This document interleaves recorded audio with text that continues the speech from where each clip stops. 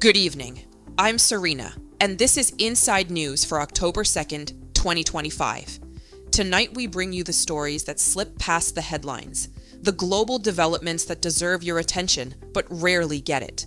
From youth uprisings reshaping continents to covert operations securing maritime routes, we uncover what others overlook. Let's begin.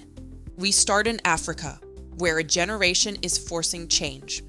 Gen Z protesters in Morocco and Madagascar are mobilizing through social media, demanding accountability from governments they see as failing them. In Morocco, the situation turned deadly today. Security forces opened fire in Liklia near Agadir, killing 3 people and arresting hundreds. These aren't isolated incidents. They're coordinated movements that could trigger reforms across the continent. While protests grab local attention, a September 22nd operation went almost unnoticed internationally. U.S. Africa Command and the French Navy intercepted nearly 10 tons of cocaine off the African coast.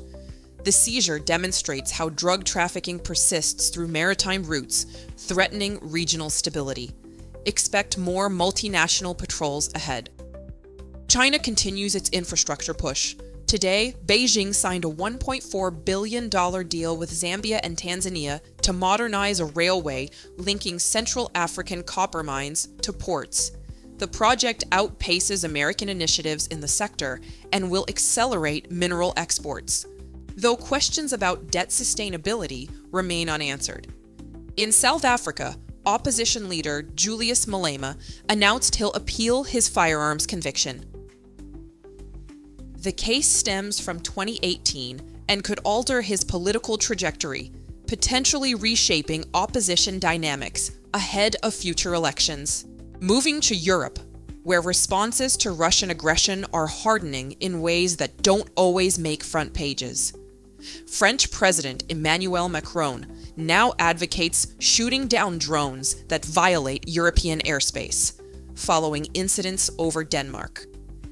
It's a significant escalation in NATO's defensive posture that could either unify the alliance or deepen tensions with Moscow. Ukraine's path toward the European Union advanced today with enhanced accession talks. The European Investment Bank committed €300 million to Naftogaz for energy security, while Ukrainian businesses joined discussions about integration. These steps receive less coverage than battlefield reports, but they'll define post-war recovery. In Copenhagen, Ukrainian President Volodymyr Zelensky met with Danish Prime Minister Mette Frederiksen and other European leaders to discuss NATO-like security assurances. The summit focused on long-term defense cooperation that extends beyond immediate military aid. Meanwhile, Washington announced it will provide Ukraine with intelligence on long-range energy targets inside Russia, a subtle but significant escalation that changes the conflict's strategic calculations. Czechia's elections revealed populist sentiment resurging, with analysts noting voter shifts toward anti-establishment candidates.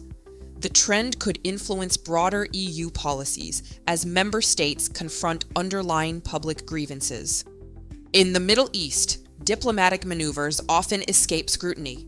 The Trump administration extended NATO-like security guarantees to Qatar, reassuring Gulf allies amid regional instability. The move could stabilize alliances, but also deepens American commitments in a volatile area. A family campaign intensified today to free Bipin Joshi, a Nepali national and Hamas's only hostage from Nepal. Joshi was abducted from a rural Israeli town during recent conflicts. His case highlights how cross-border abductions affect citizens far removed from the conflict's epicenter, requiring multilateral diplomatic solutions. Yesterday, an Israeli drone strike in southern Lebanon killed 1 person and injured 5 others. UN High Commissioner for Human Rights, Volker Turk, noted Israeli strikes have killed more than 100 civilians in Lebanon over 10 months, a toll receiving minimal international attention. A Gaza aid flotilla is attempting to deliver humanitarian supplies despite navigational restrictions and security barriers. The effort draws little media attention, but addresses immediate humanitarian needs in conflict zones. Across the Americas, the U.S. government shutdown continues disrupting millions of families. House Speaker Mike Johnson held a press conference today as negotiations stall over budget disputes. Services remain frozen, creating economic uncertainty that could force bipartisan compromises or deepen political paralysis. President Trump denied today that he wanted the shutdown as cover to cut Democratic programs and fire federal workers, though he acknowledged firings could occur, blaming Democrats for the impasse. Immigration enforcement continues evolving in Washington, D.C., where officers still patrol with local police even after a Trump-era crime emergency declaration ended. The ongoing collaboration affects how the Capitol balances federal immigration policy with municipal security needs. Stock markets opened steadily this morning despite the shutdown, signaling investor resilience and confidence that resolution will come. Economists are analyzing what they call Trump economics and its fiscal impacts during this impasse. In the Asia-Pacific, several developments merit closer examination. The Hit Forum Asia Dialogue convened in Seoul today, with news chiefs and regional leaders emphasizing unity amid global instability. The event, organized by the Korea Herald, focused on collaborative responses to economic and security challenges. Conversations that could strengthen regional alliances. China's stock market rally hit $3 trillion today, with the CSI 300 index surging 16% year-to-date. Tech sectors reached decade highs, fueled by retail investor savings and government stimulus. The growth outpaces broader economic indicators, suggesting both opportunity and volatility ahead.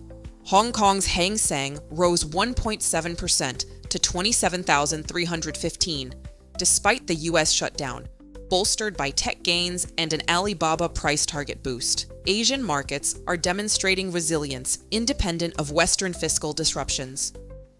New Zealand and New Caledonia qualified today for the 2026 FIFA U20 Women's World Cup in Poland after winning their Oceania semi-finals. The achievement boosts women's football visibility across the region and could inspire youth sports programs. In a cultural note, Nepal selected a 2-year-old girl as the new living goddess, continuing the centuries-old Kumari tradition in Kathmandu. The selection blends spiritual significance with cultural heritage, though it raises ongoing discussions about modernizing traditions while protecting child welfare.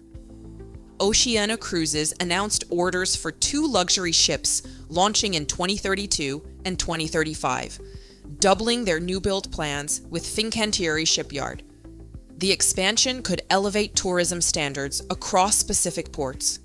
Now we turn to Beyond the Blindspot, where we examine stories the global media machine consistently ignores, issues with consequences far exceeding their coverage. The biodiversity crisis ranks among the most underreported existential threats facing humanity. 1 million species now face extinction risk, with 75% of land ecosystems and 2/3 of marine environments significantly altered by human activity. The World Economic Forum's 2025 Global Risks Report identified biodiversity loss and ecosystem collapse as the second most severe risk over the next decade. Yet mainstream coverage remains sporadic at best. A Princeton study published this year revealed high-income nations drive 13.3% of global species range loss through outsourced deforestation, consuming products made elsewhere while exporting the environmental destruction. Brazil's agricultural boom destroys the Cerrado ecosystem. Your coffee, your smartphone, your furniture. They carry hidden costs calculated in vanishing habitats and disappearing species. The consequences extend beyond wildlife. Biodiversity loss threatens food security, increases disease emergence risk, and destabilizes economies dependent on ecosystem services. If current trends continue, progress toward 8 Sustainable Development Goals will fail. Another blind spot: artificial intelligence's impact on employment. Job cuts driven by AI automation are significantly underreported, according to employment analysts. Young workers face disproportionate effects as companies quietly replace entry-level positions with automated systems.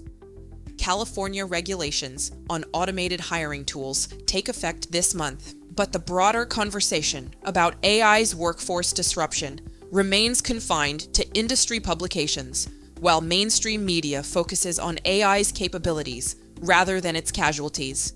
The consumption crisis driving biodiversity loss also reveals stark global inequality. The United States alone accounts for 40% of excess carbon dioxide emissions driving climate change, despite representing a fraction of global population. Developed nations in the global north are responsible for 92% of emissions, yet climate impacts hit hardest in regions least responsible for the crisis. This disparity shapes everything from migration patterns to geopolitical instability, but rarely frames mainstream climate coverage. Finally, media coverage itself has become an underreported story. Trust in media sits at historic lows, partly because corporate outlets fail to cover what actually matters. When U.S. media underreport global developments, Americans lose context. Context to understand economic forces affecting their jobs. Context to see how other nations address healthcare or housing. Context to recognize threats to democracy, including their own. The coverage gap leaves populations vulnerable to misinformation and unable to demand accountability from leaders. These aren't abstract concerns. They're interconnected crises shaping your economic prospects, your health, your children's future. They deserve sustained attention, not occasional mention when disasters make them unavoidable. These are the stories the world often misses: the quiet escalations, the diplomatic chess moves, the youth movements building momentum, the operations securing our safety in silence. But more importantly, these are the systemic crises unfolding in plain sight while cameras point elsewhere. Understanding what goes underreported isn't about consuming more news. It's about demanding better journalism that prioritizes consequence over spectacle. Thank you for watching Inside News. With good journeys to all, good night.